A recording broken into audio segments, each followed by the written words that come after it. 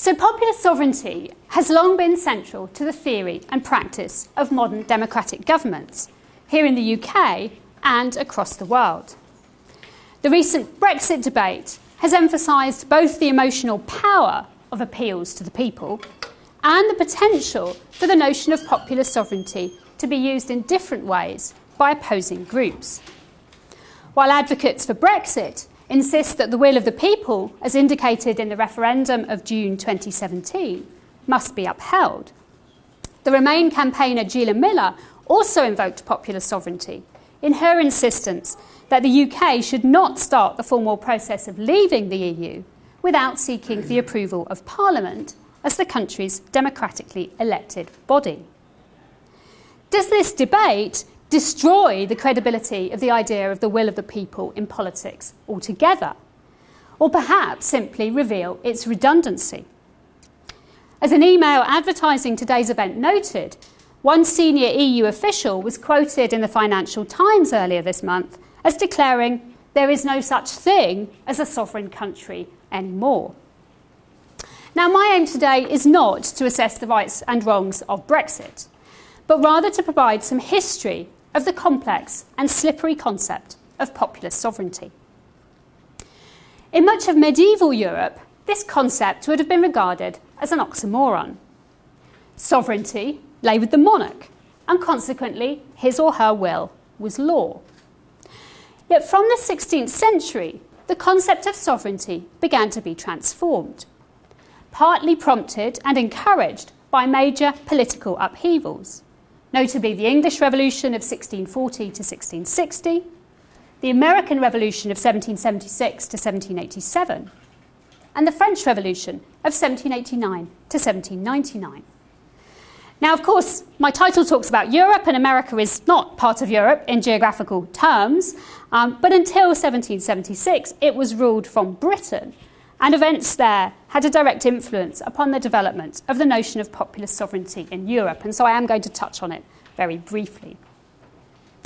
Before we examine those events, though, and the appeals to popular sovereignty that accompanied them, we need to turn to the French jurist and political philosopher Jean Bodin, who lived between 1530 and 1596. Bodin transformed the understanding of sovereignty, and despite his reputation as a theorist of absolutism, he provided crucial foundations for future arguments in favour of popular sovereignty. In his famous work, The Six Books of the Republic, Bodin claimed that sovereignty was a feature of all political communities, but that its precise character had not been properly defined or understood.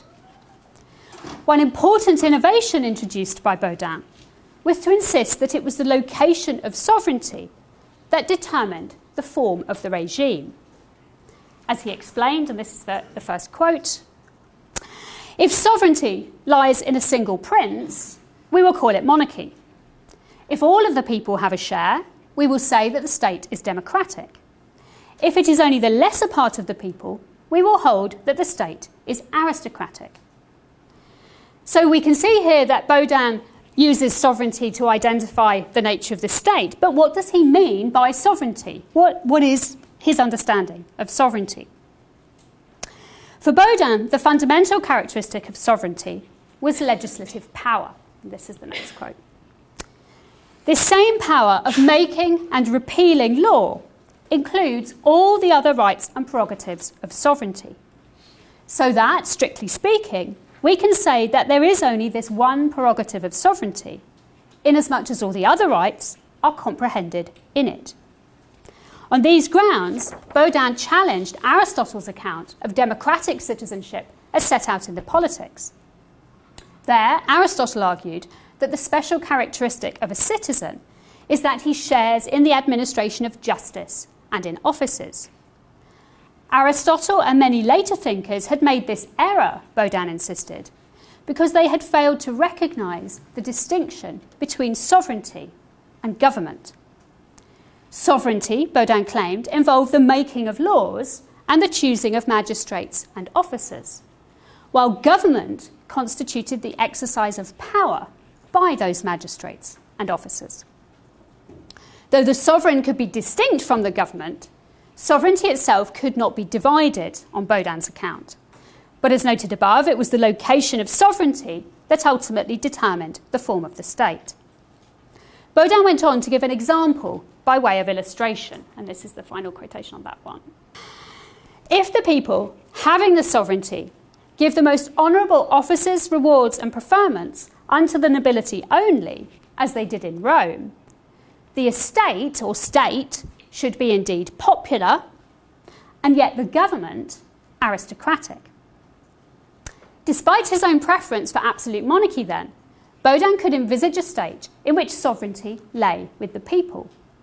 Moreover, within such a state, the functions of government need not be enacted by all the people, but could be exercised by a smaller number of them on behalf of the whole. Bodin's innovations with regard to the concept of sovereignty exercised a profound influence during the course of the following century.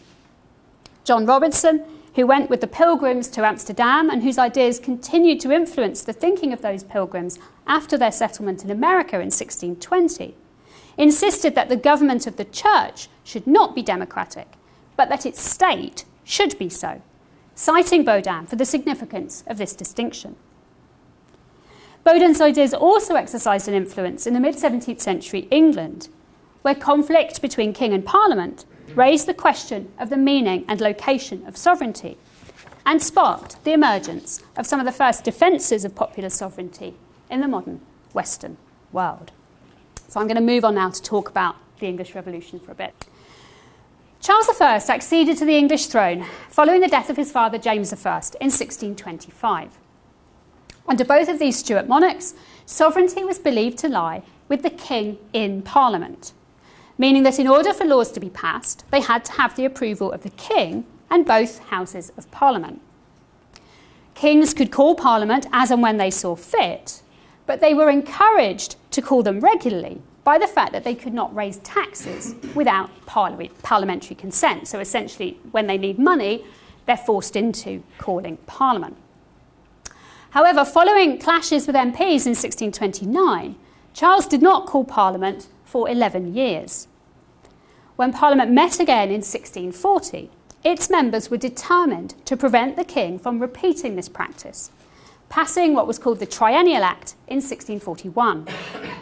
This act, which the king did reluctantly sign, required Parliament to be called regularly every 3 years and laid down a procedure that could be followed if the king failed to do so. Yet even this did not satisfy some MPs, who began to suggest that real sovereign power lay not with the king in Parliament, but with Parliament alone. The leading parliamentarian theorist Henry Parker has been closely associated with the emergence of a theory of parliamentary sovereignty in the early 1640s. Central to this development was his work Observations upon some of His Majesty's late Answers and Expresses, which appeared at the beginning of July 1642 and was the direct response to His Majesty's answer to the 19 propositions, which had been published in June.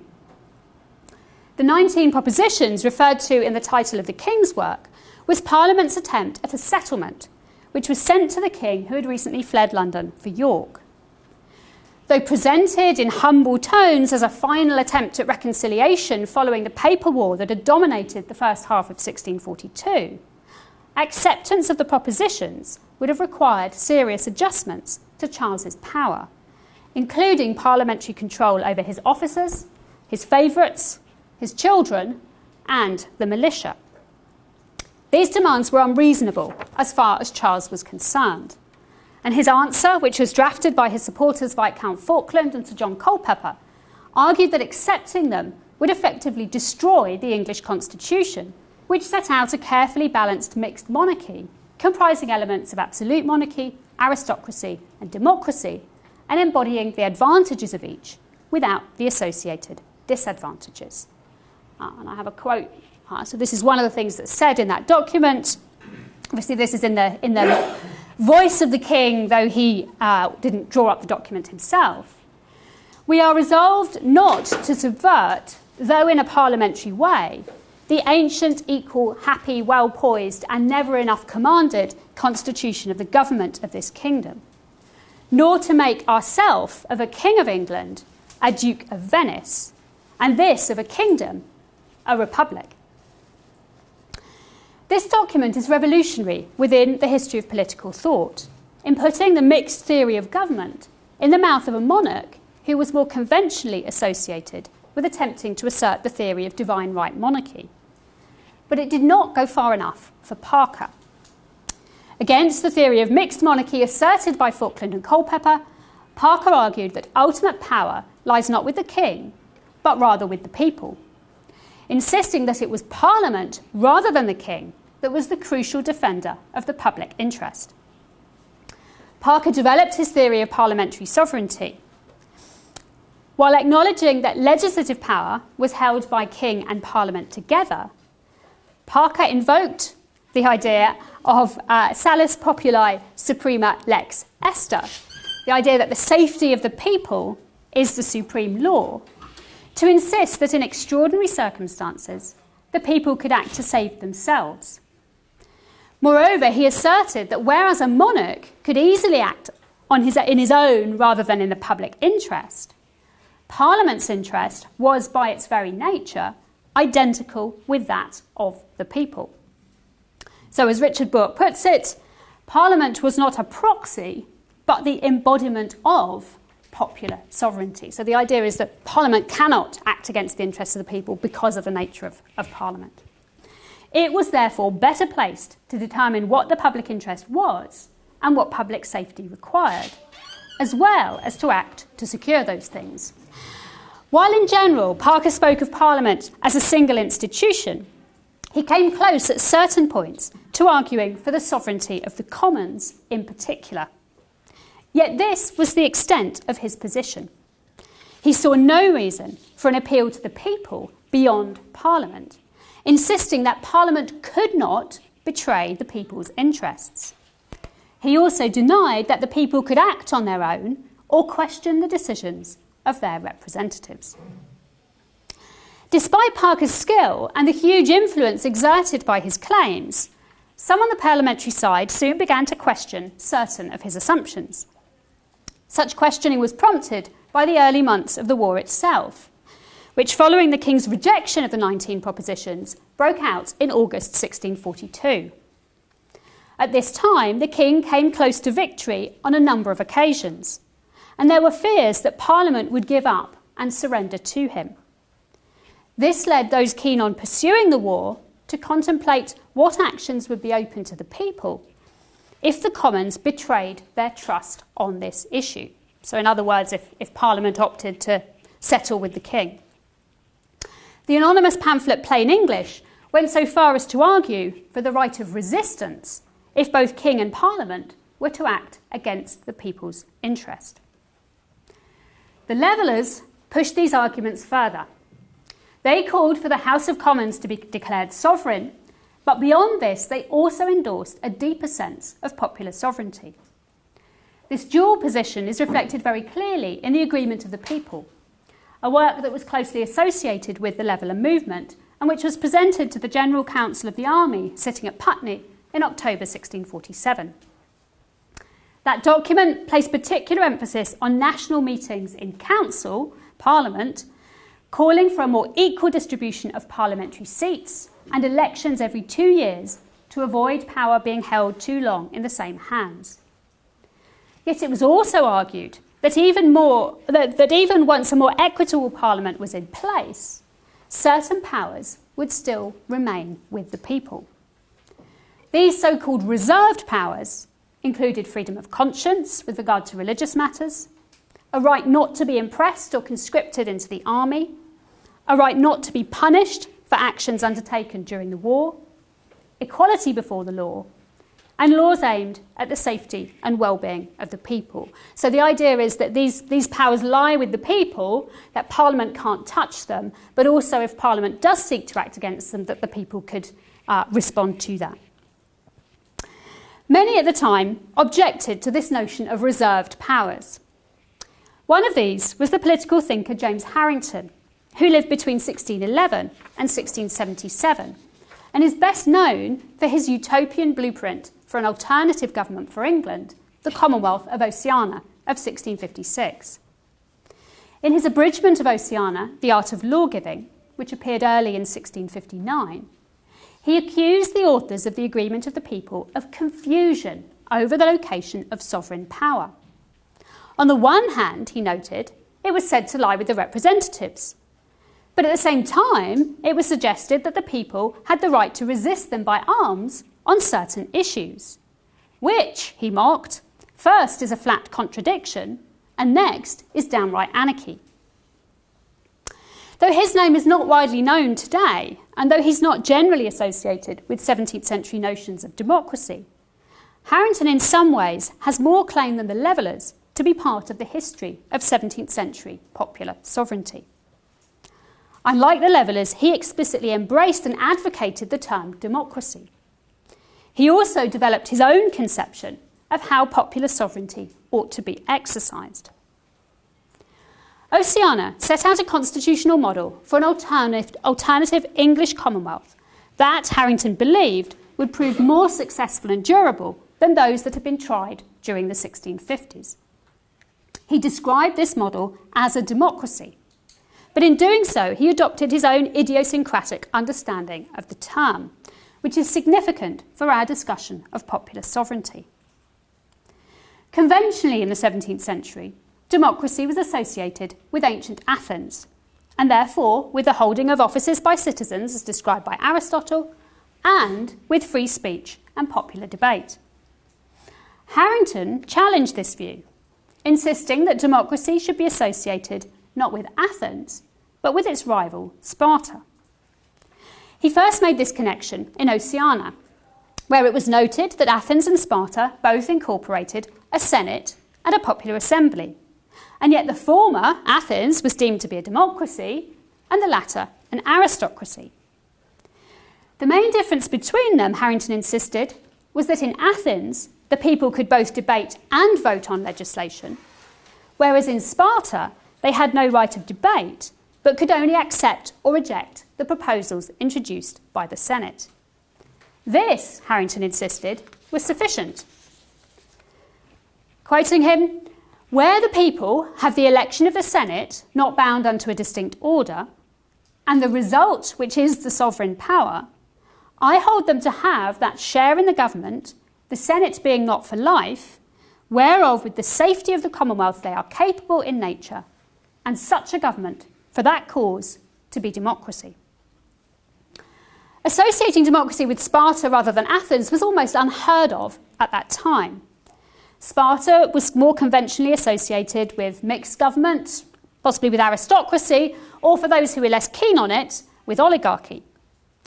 Yet twisting the conventional understanding in this way afforded Harrington a number of advantages. Not least of these was to redefine the essence of democracy, away from popular debate and towards popular sovereignty in its simplest form of silently accepting or rejecting legislation. Of course, in one sense, this position was similar to that of Bodin. Harrington echoed Bodin's separation of sovereignty and government, but used it in a distinctive way.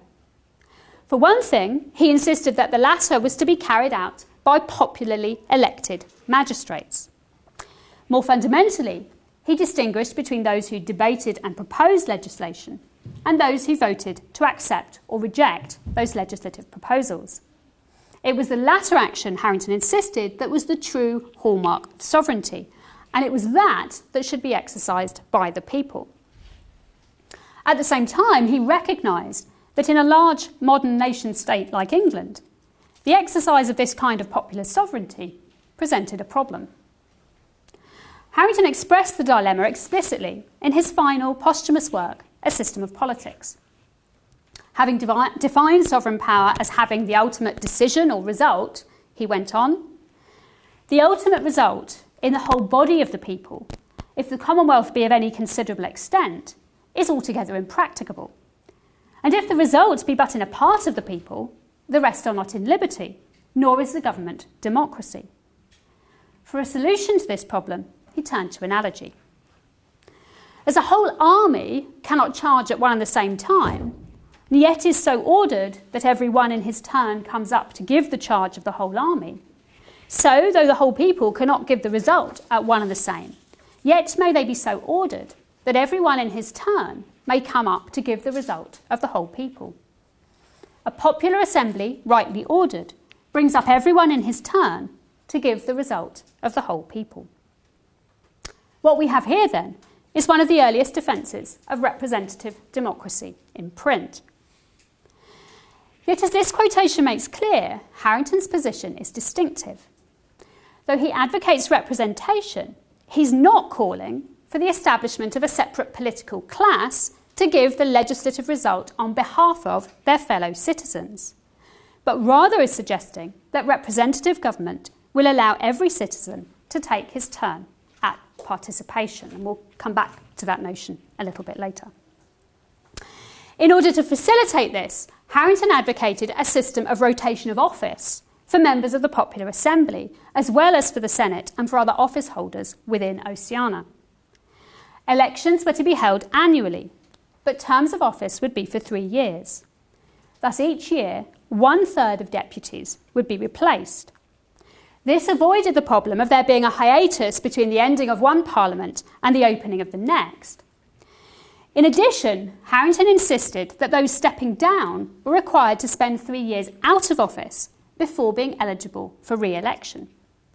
This measure was designed to avoid political office becoming the preserve of a small political class, and was also supposed to ensure that while in office, deputies would have reason to be thoughtful about the laws that they made, since they would subsequently have to live under them as ordinary citizens themselves. For this reason, Harrington described these vacations from office as the keepers of the liberties of Oceania.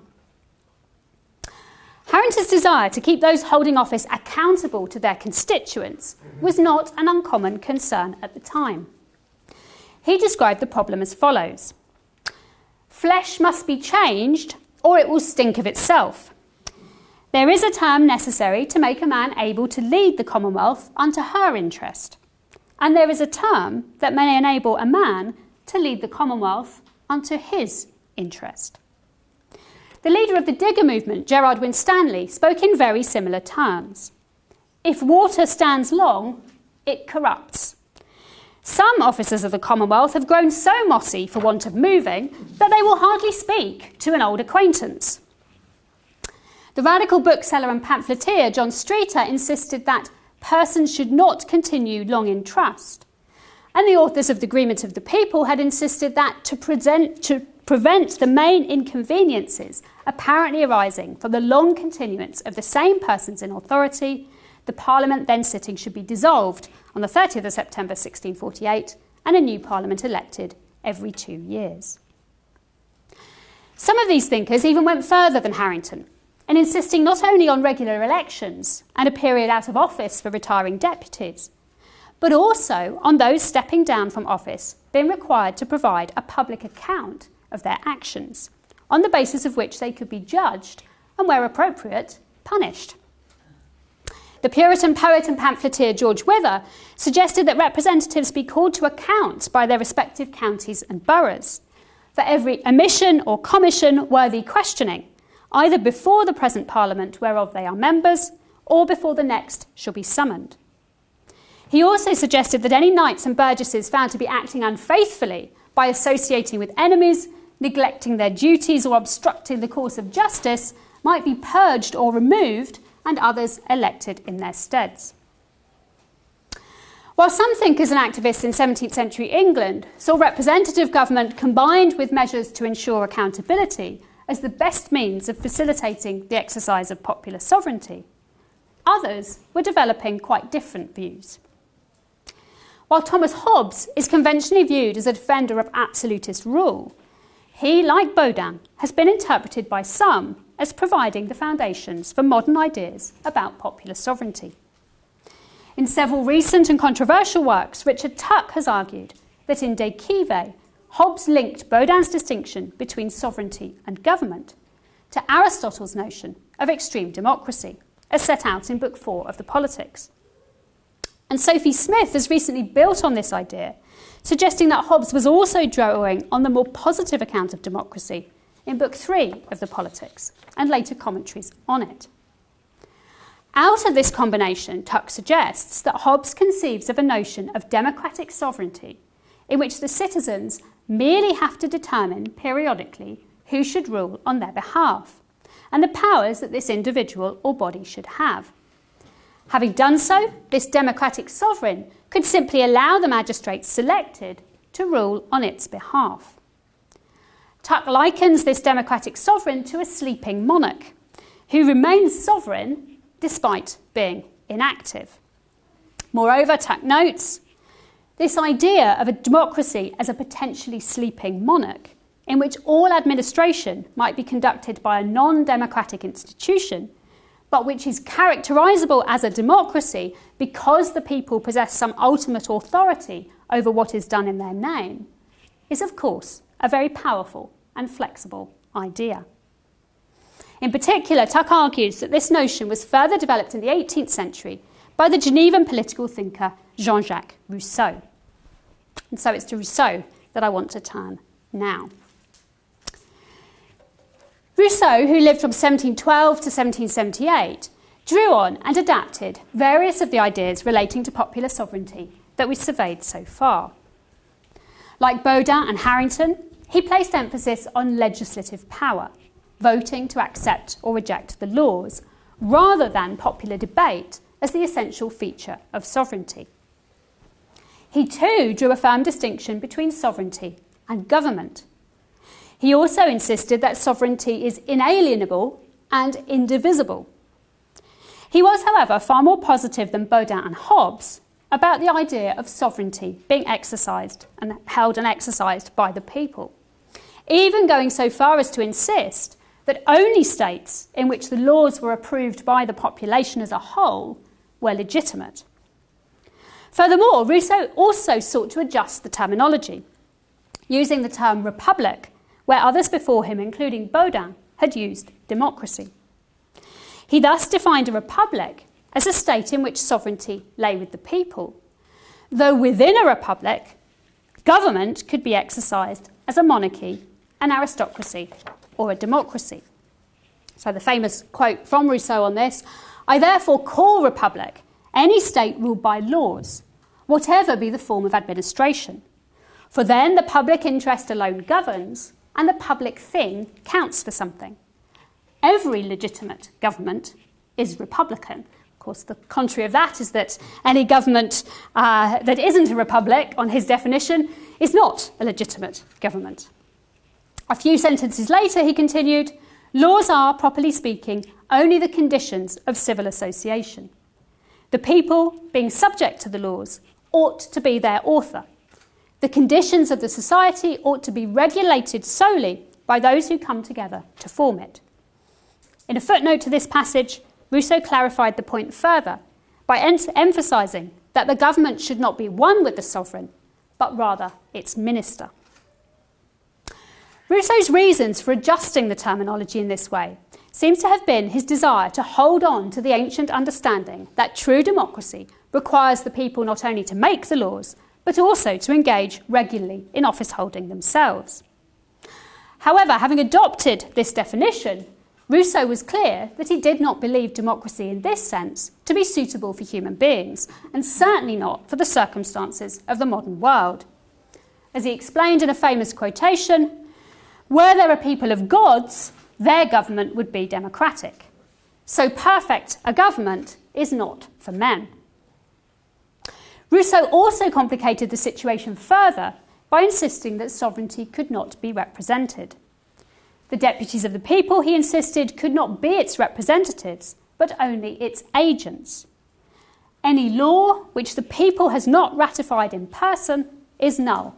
It is not a law.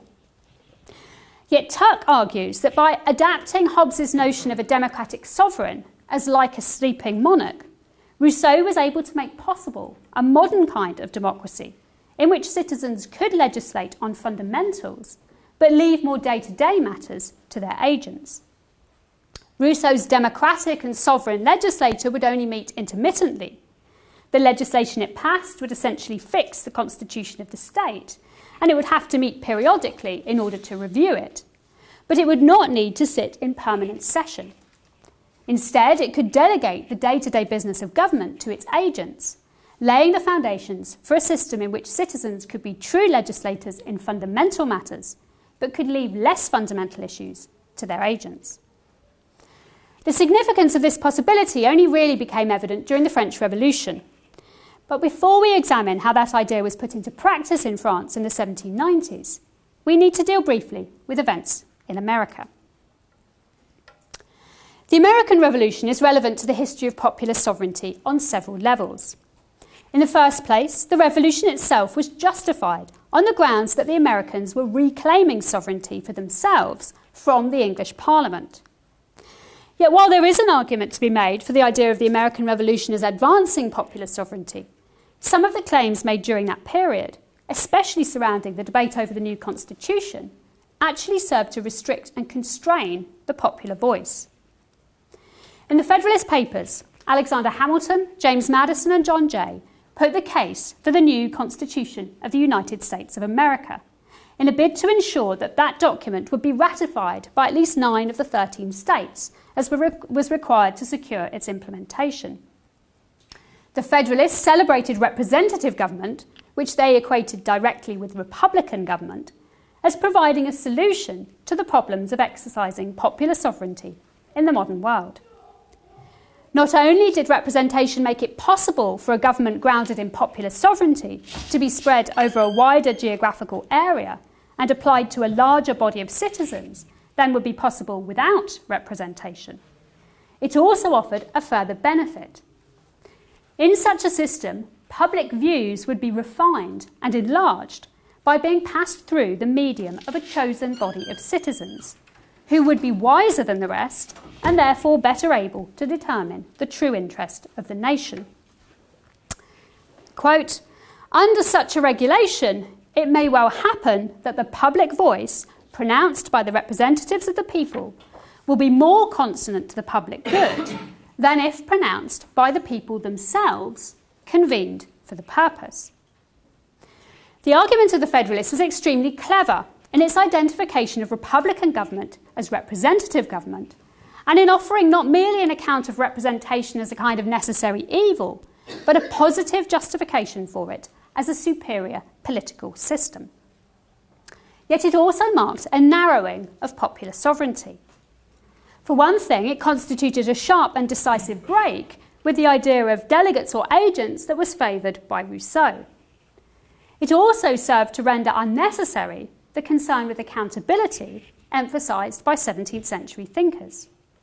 If part of the point of choosing representatives was to select individuals who were superior to the wider population in wisdom and judgment, then it made no sense to restrict or undercut their powers by appeals back to the people. In the context of the French Revolution, many of the ideas that I've explored here were debated and enacted, as well as new positions developed. Representative government continued to be strongly advocated, often on the grounds set out by the Federalists by thinkers as diverse as Thomas Paine and Emmanuel Sieyès. Hobbes' notion of the democratic sleeping sovereign, as revised by Rousseau, was also brought into practice, not least by the Brissotins, associates of the revolutionary Jacques-Pierre Brissot. From the late 1780s, Brissot and his friend the Marquis de Condorcet thought deeply about the idea of representative government and began exploring the use of referenda or plebiscites as a means by which the popular will might be revealed.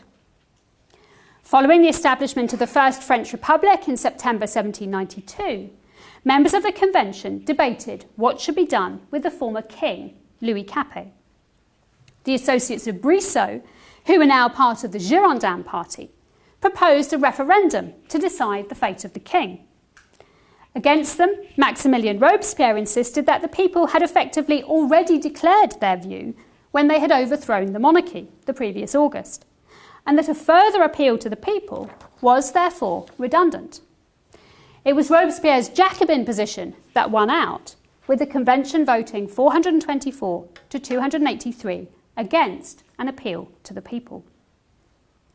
The Girondins, however, did not give up on the idea of referenda as a means of establishing the popular will. Several of them were involved in drawing up a new constitution for France, And on the 15th of February 1793, in a report on behalf of the Constitutional Committee of the Convention, Condorcet insisted on the necessity of the Constitution being ratified by a majority vote of the French electorate on the grounds that this would preserve the people's sovereignty in its entirety. Yet in order to make this argument, the Girondins were forced to draw a clear distinction between constitutional and legislative power. The people's view was to be sought with regard to the former, whether ratifying the original constitution or amendments to it, but legislation more generally could be drawn up and accepted by the government without a plebiscitary vote. Popular sovereignty then, previously applied to the ratification of all legislation, was here being restricted only to constitutional matters. Not everyone accepted this move. During the early 1790s, the Brie-Sautans had found themselves at odds with members of the Cordelier district over the organisation of Paris's municipal government. Against the Brie-Sautans, but in line with Harrington, with whose ideas some of their members were very familiar, the Cordeliers insisted that all legislation, not just the Constitution, needed to be ratified by the people. Unlike Harrington, however, they did not see representation as the means of making this happen, citing Rousseau's insistence that sovereignty cannot be represented. They therefore argued that legislation ought to be ratified not by a representative assembly, but by the whole citizen body gathered in local assemblies. In works like Pierre Robert's Republicanisme adapté à la France, Republicanism adapted to France, they set out just how this might work. It's perhaps not surprising that it was the Brie-Sautans rather than the Cordelier position that won out. As Tuck notes, between 1793 and 1815, 7 national referenda were held in France, and since 1945, 14 French plebiscites have occurred. It is clear, Tuck concludes, that the Brie-Sautan model is now permanently established there, as it is in most European countries. While it's the 18th century, and particularly the revolutions that occurred at its end, that are often presented as marking the birth of modern democracy, there is some evidence to suggest that in certain respects, the American and French revolutions constituted a retreat from, rather than an advance in, the idea of popular sovereignty. There was a distinct shift away from placing power directly in the hands of the people, as the Levellers and others had advocated. In America in particular, there was also a move away from the idea that the people should have control over the actions of their representatives, as those concerned with accountability had insisted. Instead, the idea that representatives are inherently superior to those whom they represent was developed and asserted in order to negate any need for appeals back to the people. In France, the idea that the people should only be consulted directly on constitutional and not legislative matters beat off its opponents to become the dominant view. In certain respects, it was the 17th century that was a more fruitful period for the idea of popular sovereignty, encouraging a more open understanding of what popular sovereignty is and how it might be enacted. In the context of our own crisis of democracy, then, there may be grounds for looking back to the rich 17th century debates on these subjects as regards how we might make our representatives more accountable to our views and popular sovereignty more of a reality. Thank you very much.